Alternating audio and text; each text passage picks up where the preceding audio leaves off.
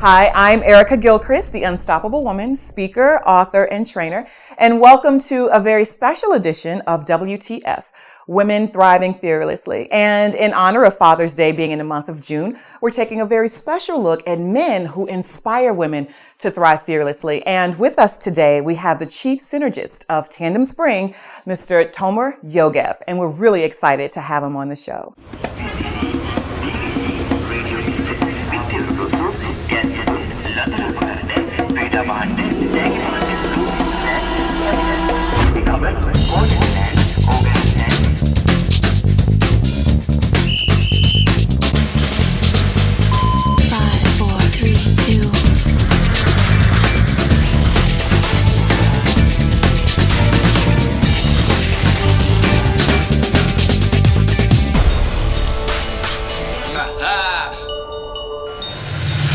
So Tomer, thank you so much for joining us on the show. We appreciate your time. We know you're really, really busy. So talk to us a little bit just about what Tandem Spring does exactly. Yeah, I mean, Tandem Spring, per the name, it's about getting together with people and kind of jumping off with them. And so that can happen in a lot of different ways. It can be at sort of the individual level, someone who's trying to do something different with their life, turn their life around, start a business, something like that. In which case it looks more like a kind of coaching and that sort of thing. But usually where I play is more on the business side of things, that once you've maybe established a business, have got it going a little bit, but you need to make that next leap and kind of get to that next level of business. That's usually where I come in. And as I tell a lot of people, I've always kind of naturally, just growing up, sort of been a jack of all trades, which means that I'm good at a lot of things, but great at none. Okay. And so what I try and do is find those areas within a business. If you figure there's 20 things that a business needs, and if you've got 5 people, you probably got 5, maybe 6 of those things covered. I'm not going to necessarily come in and fill the other 14 for you, but probably in that 14, there are things that I can help, that I know better than the average bear. So try and come in and get them to that next place. And the way I know I've been successful and the way that Tandem Spring really marks success is that you've gotten to that next level and there's an indication of that. So specifically for me, that maybe you bring someone onto the team full time or something like that. Okay. And what was Tomer doing before Tandem Spring? Well, all sorts of different things, which is how I ended up getting kind of good at a lot of different things. Okay. But my background's really in kind of entrepreneurial business. I've started up a lot of different companies myself, joined a lot of early stage businesses, seen some of them get to really pretty good sized businesses.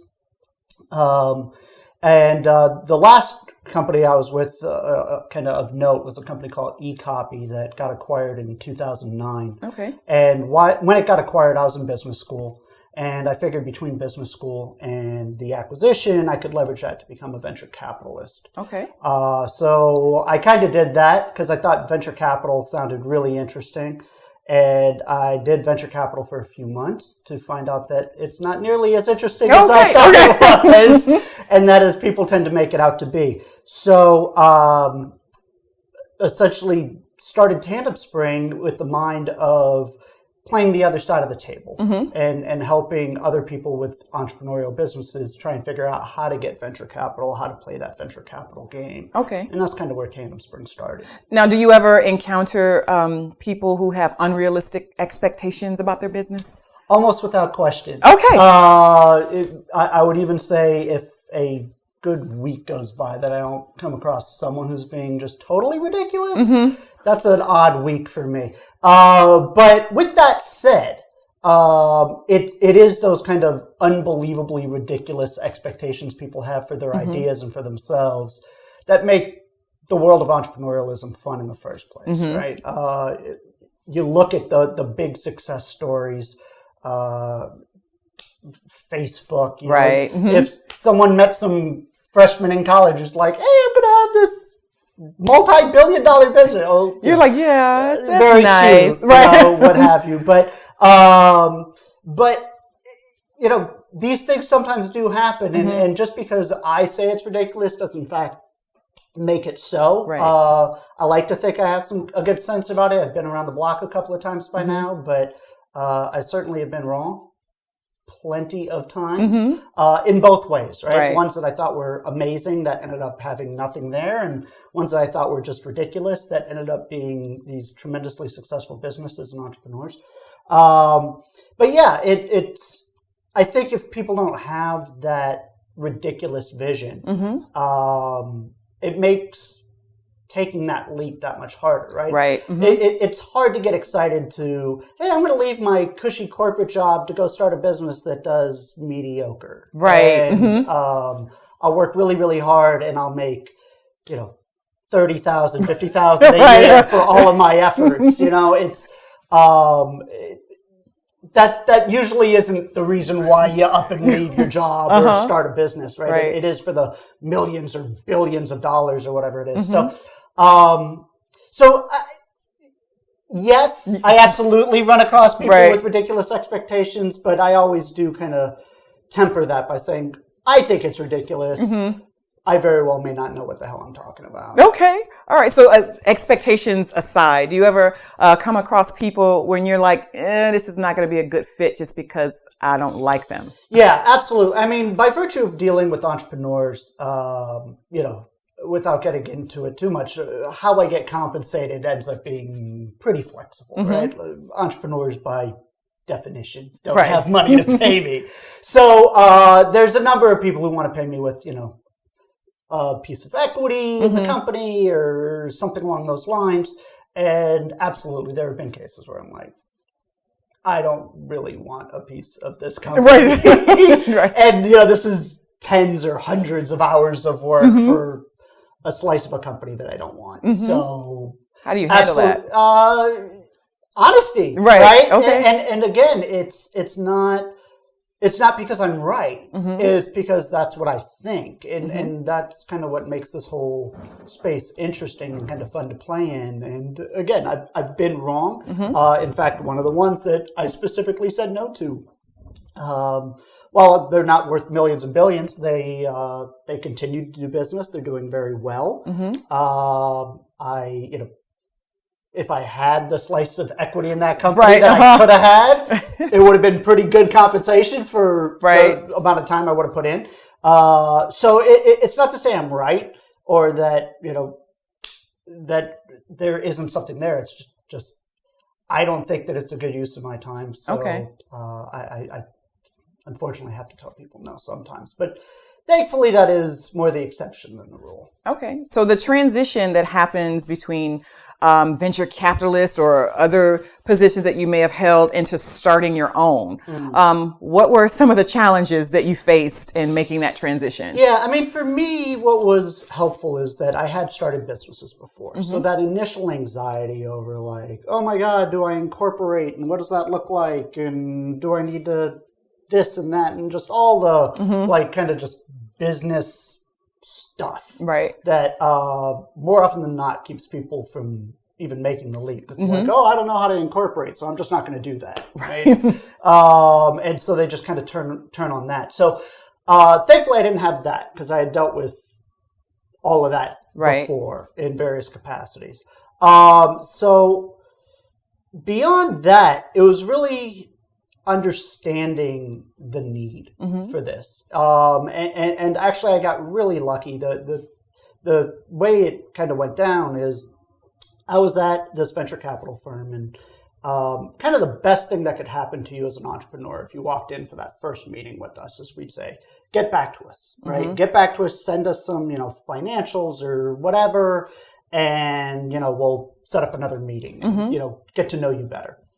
So surprisingly to me, we would do that, and a lot of times people wouldn't get back. And so I left I left from doing that, and actually I was still in business school at the time, so I leveraged my business school email address, and I was like, look, I'm just in business school, I'm doing a report or whatever. Why'd you never get back to us? You know, like what's up with that? Yeah, like, I mean, you came to us because you're looking for a bunch of money. You got this positive signal. You're moving to this next step, and then you vanished. that's kind of weird to me. And the response I got from the majority of the people I contacted was, I realized I was playing with the big dogs. Like, I realized I was dealing with someone who really knew what they were doing, really had money, been through this a million times before, and I just don't know what I'm doing. Okay. And specifically, one guy in particular was like, I turned to my co-founder and I was like, that Tomer guy, like, if we just had a guy like that, like, helping us out, oh my God, that'd be so helpful. And I was like, oh, I would totally help you out. So that's really where it kind of all started. What's interesting to me is, while the conversation usually starts around raising money, financials, those sorts of things, it very quickly turns into a more strategic level discussion and gets back into kind of coaching and even consulting kind of arrangements, in the sense that, yeah, they don't have financials. That's just kind of a check in the box. They haven't done it. Maybe they don't know how. But usually the big reason why they haven't done it and why they really don't have it in hand is they don't know how they're actually going to build their business. What are they actually going to do? And I think that that's been a big learning for me, just because I've always just kind of naturally been oriented around like, hey, that's a cool idea, but I have no idea how I ever sell it, so I'm just not going to do that. Right? Okay. And so that's just a quick no for me. But what I've come to realize is there's a lot of people who either take the leap and don't know how, or are afraid to take the leap because they don't know how. And being able to kind of provide some guidance there is really satisfying. It's really fulfilling, because I think that if there's sort of one principal failing in most any entrepreneurial or early stage business idea, it's that it's sort of this, if I build it, they will come. And that's not really a strategy. Okay. So, it seems like that works. Again, Facebook seems like a nice example of that, but there's actually a lot of other things that happen there. And so being able to kind of dig down a little deeper as to, what are you actually going to do? How many phone calls are you going to make? How many ads are you going to take out? Whatever it is, but really trying to understand that and start putting some numbers against it. And what people always kind of push back on me is they're like, but these are numbers, they have to be right, and they don't have to. Yeah, they flex. It's we're really just trying to wrap our minds around, like, look, you tell me you're going to make 17,000 phone calls in a day. That number is wrong. Right. That you are not going to do that. But on the flip side, you tell me you're going to make one call a month. That's not going to work either. That probably isn't a real scalable business that you're dealing with there. So, like getting some rough estimates. What does that actually mean? Do the numbers kind of work out? Yeah. And just walking people through that. You kind of dig through a lot of the details, but you're also in a supportive role too, because you do want these entrepreneurs to succeed. So I want to talk now about how you support specifically women who want to thrive fearlessly. Yeah, I mean, I think the most difficult thing for anybody dealing with early stage business is everything else, right? It's not news that starting a business is hard work and takes a lot of hours. And I think for women in particular, they are acutely sensitive to all the other things outside, because they've got family, kids, a husband that needs taken care of, whatever it may be. But they're, just societal norms being what they are, women are always the ones who have to take care of everything else. And so I think that finding that space to either let some of those other things go and find their own support to do that. That's not where I play in. I don't babysit kids for people. But then also finding the requisite support that they need to build a business. And so it's interesting, because certainly women as a whole, and in particular women of color, there's more of that support network sort of built in, because there is sort of that fundamental understanding. What you do see often with guys, and especially white guys, is, I've got some money from my parents or whatever, and I'm going to go conquer the world. And they all have their own unique problems and pros and cons. But where I enjoy playing, and again, as it relates to my female clients, is trying to help them find that space and find those support networks. Okay. And obviously, I'll be a part of that, and in particular to the business, but also just helping them think through what are those implications for kids, family, whatever. Okay. And finding the help they need there as well. So now let's just talk about Tomer. Outside of Tandem Spring. What put you in a position, you feel, to be able to support women in that capacity?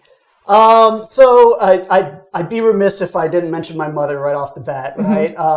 So I was very fortunate that between my mother and to a lesser degree, but still important, my sister, growing up, I had very strong women around me. And so I grew very comfortable with what a strong woman is and the role that she plays, not just in the family, but in sort of the world.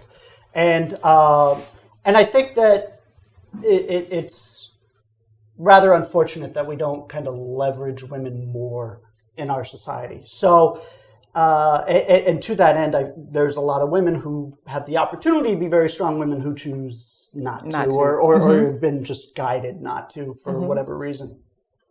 So finding a way to kind of help promote that, be it a strong woman to be stronger, or a woman who's kind of shying away from the limelight and kind of pulling her into it, is really rewarding for me, because for me, it's the model of what a woman should be, because that's what I was raised with. Okay. And speaking of what you were raised with, were there any challenges for you personally in the transition of the cultural environment that you grew up in versus where you are right now? Yeah, I mean, so there's a lot there, okay. Right? And I promised myself I wouldn't cry, right? No, but no. So truthfully, so there's a lot. So with my kind of goofy name, right?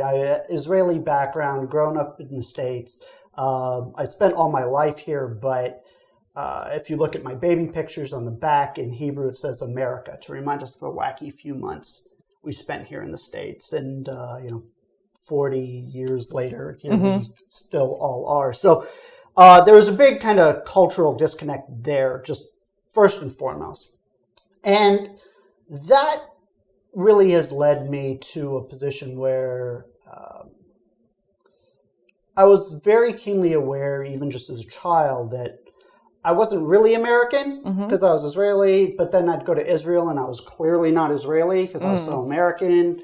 And just the kind of racial profile of the town I grew up in, my school, and just, I never felt like I really fit anywhere. I was never like really in any group. And so for me, while that was a little difficult, growing up and through teen years where you're really looking to fit in and all that kind of stuff, beyond that, now thankfully I'm a little bit older, have a little bit more wisdom to reflect upon it with, I'm realizing that's really kind of this very powerful thing for me. And so I have a great deal of comfort in not necessarily belonging anywhere, but somewhat belonging everywhere. Right. Oh, that's hot. And so, again, it's not different from the way I say I'm kind of good at a lot of things, great at nothing. I don't fit anywhere, but then I can make my way through just about any situation. And so, so for me, there's always a lot of comfort in that. I think that what happens for people, and again, women, I think this is especially true for, is that they gain a lot of comfort in fitting here. And I'm a woman, therefore, or I'm the jock, therefore, or whatever it is. And that plays pretty well until, I don't know, you're done with school, if it's high school, college, or whatever. And as you start to get in the real world, you realize that those rules you thought you understood really don't play all so well. So I think everybody kind of goes through it. I think I was rather fortunate that I didn't have those walls as high to kind of tear down. Okay. But then, kind of more directly to your question, the thing that was difficult for me kind of culturally as I kind of ventured into this whole space is I have a father who's a doctor, a mother who's a psychologist. So I swear I was probably 20 before I realized that there was more than like 10 jobs in the world, right? You could be a doctor, a lawyer, psychologist, teacher, and like politician. Like that's like all I knew. And so the fact that there are people out there doing all sorts of amazing things, I still have sort of a sense of wonder around it to this day. Like I meet people and I'm like, oh yeah, I sculpt this thing and then I do whatever. And I'm like, oh my God, you can do that? Like, that's fascinating. Like people can pay you for that? Yeah, like I didn't know that could like be a thing. So, so that's still new to me and very exciting, but kind of culturally a little difficult, right? There, of course, there's sort of that classic stereotype, nice Jewish boy, go be a doctor or a lawyer or something, just very, and you go and you're successful and whatnot, which was very much my path, right? Okay. I was absolutely going to be a doctor. Had you done this interview, I guess 20 years ago now, come hell or high water, I was going to be a doctor. No question about it. That didn't pan out, but but truly for the best. And so, but I think that as I started to explore all this kind of entrepreneurial angles and all these other things that I could do and sort of the varied interests I had and how those could all kind of come together into something I could do for a living, finding support for that and people who are kind of willing to get dirty with me and really understand that growth and that development was a challenge. And specifically the people, a lot of the people in my life have critical tones, which is not to say they're bad, evil people, but they're very quick to be like, no, that's a stupid idea, right? And they'll say that in those words. So, so kind of developing that thicker skin also took a while, which it served me well in the longer run, but was pretty challenging in the moment. So now being not necessarily surrounded, but having multiple strong women in your life, do you ever find yourself kind of caught in the middle of something that they might be experiencing amongst themselves? Yes and no. Short answer is yes. Okay. I guess, now that I'm actually thinking about it a little bit more. So yeah, I mean, absolutely. I think whenever you put any sort of multiple strong personalities in a room, things are about to go down, right? So I think that for me, being the baby of the family, so and moreover, kind of fairly distant baby of the family. So even my sister was almost a surrogate mother in a lot of ways. That I as a little kid, I just learned how to be the cute one. Right? Okay, like, sit in the corner, be cute, let them sort it out. The world will move on. That developed into, like, if I really think something, I will say it, right? Because I've kind of sat in the corner and watched you two do this for however many years. So I will absolutely talk up, but I'm still pretty darn good at just playing the peacekeeper. So, and I think that, again, as the baby, as a male, not having gone through some of the, privilege, oppression type stuff that women go through, there's an important but also very defined sort of limited role to be played, right? Because I think that for me to, as someone who walking down the street, a lot of people would say I'm white, male, et cetera, my experience has kind of very unique connotations. So for me to turn to a woman of color and be like, oh, well, here's what I did, just do that. Right. is not appropriate. Probably right? not. So it's a lot more about just kind of list, like, okay, so here's what my experience was. How's your experience matching up to that? Oh, it is the same?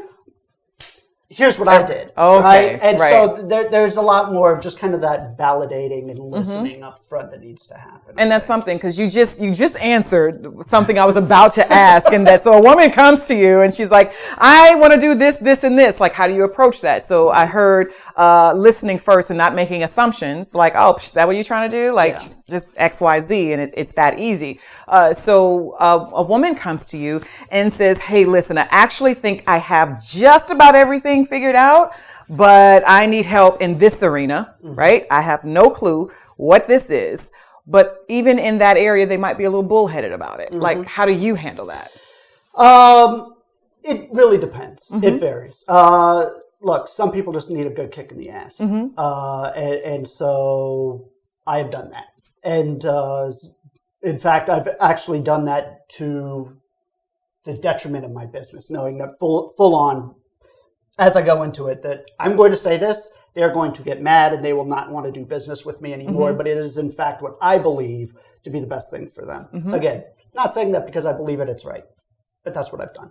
Other people need sort of more the more nuanced approach.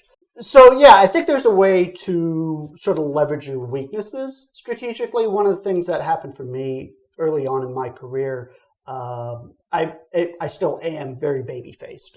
And so I'd be in my middle 20s. I looked like I was 18. And so I'd be in an executive boardroom selling to a Fortune 500 company. And they were like, who's this kid? Yeah. In fact, I even had one meeting where like this 70-something gray-haired board member was like, why are we taking business advice from an 18-year-old? Like, really, why are we doing it? Like, he was genuinely disturbed that they were listening to me. But what I learned to do between my youth and then youthful look is really leverage that, right? Like, they never saw me coming. And so I think that, I know it's a little much to say, but I think that there are individuals who are, be they women or for race or sexual preference or whatever it is, that can kind of leverage some of that, right? And I think a lot of like a judo or some of those martial arts where they kind of like let their momentum be exactly what kind of takes them down, right? If they think, oh, because you're this way, personally, that you must be stupid or not know or whatever, like, awesome. Please think that. Like, I love it when people think that because that just assures success. So what I've actually found more difficult is now that as I kind of develop the gray hairs and all the rest of it, people actually do see me come in, right? And like I walk in the room, they're like, "Oh, that guy knows what he's talking about." I'm like, dang, right? Like, damn, now I got to live up to expectations. So it's, I think there are ways to do it. And so going back to your question, I think that when specifically a woman it recognizes that there's sort of this failing, this weakness in her business or in herself or whatever it may be, those are oftentimes really interesting opportunities to do something a little unusual, a little bit more strategic, but it can actually end up being one of the most like rewarding parts of the business development, and more of the personal development. Okay. Who, in your opinion, past or present, is a good example to you of a woman who's thriving fearlessly? I mean, that's simple. It's my wife. I'm genuinely in awe of how she thrives fearlessly, and she inspires me to do the same. Despite the fact that, like I said, I started a lot of businesses beforehand, the kind of the vigor and the tenacity with which she approaches things is new to me. I was always kind of the laid back entrepreneur. Right. Like, yeah, that's a cool business. We should think about that. Let's do that. And she's like, no, let's do it. Let's put it, and like, so with that said, we've kind of started to bite off more than we can chew because maybe she lives a little too fearlessly. Like, maybe we need to just cut out some of these ideas because we got a little too many. But yeah, I mean, without question, it's my wife. And I think for me, that's a extra special luxury because certainly dealing with someone who is fearless in their life reflects well for you, but then to have it in your home 24/7, like I wake up on Sunday morning and the first thing I see is this person living fearlessly. Right. Mm-hmm. It's a lot to live up to, and I sometimes do get a little overwhelmed by how tenaciously she kind of jumps in on things. But I'd be lying if I said it hasn't served me extremely well. Very nice. Excellent. So women in general. So I'm going to ask our signature question. How can women thrive? I think women thrive by identifying their strengths and really recognizing what it is that they do best and living in that. I think that as a society, we really love to focus on weaknesses, right? A kid comes home with a report card of straight A's and 1 F. It's, what's that F? Right. And so we just tend to do that. And I mean, we can get into the whole like Cosmo magazines and how women are taught to hate themselves and all this other kind of stuff that happens, unfortunately, in our society. And that's all very true, and it's an issue. I'm not trying to say it's not. But I think that the easiest way kind of around that and for women to really thrive is to just simply say, like, that one thing. I suck at everything, but that one thing, I do that freaking amazing. And just grabbing on that and going. Because I think when you look at people who are successful, male or female, there's so few people who are really, really good at lots of stuff. The people who, however you want to measure success, are very happy or very wealthy, have a great work-life balance, whatever it is, however you want to define it.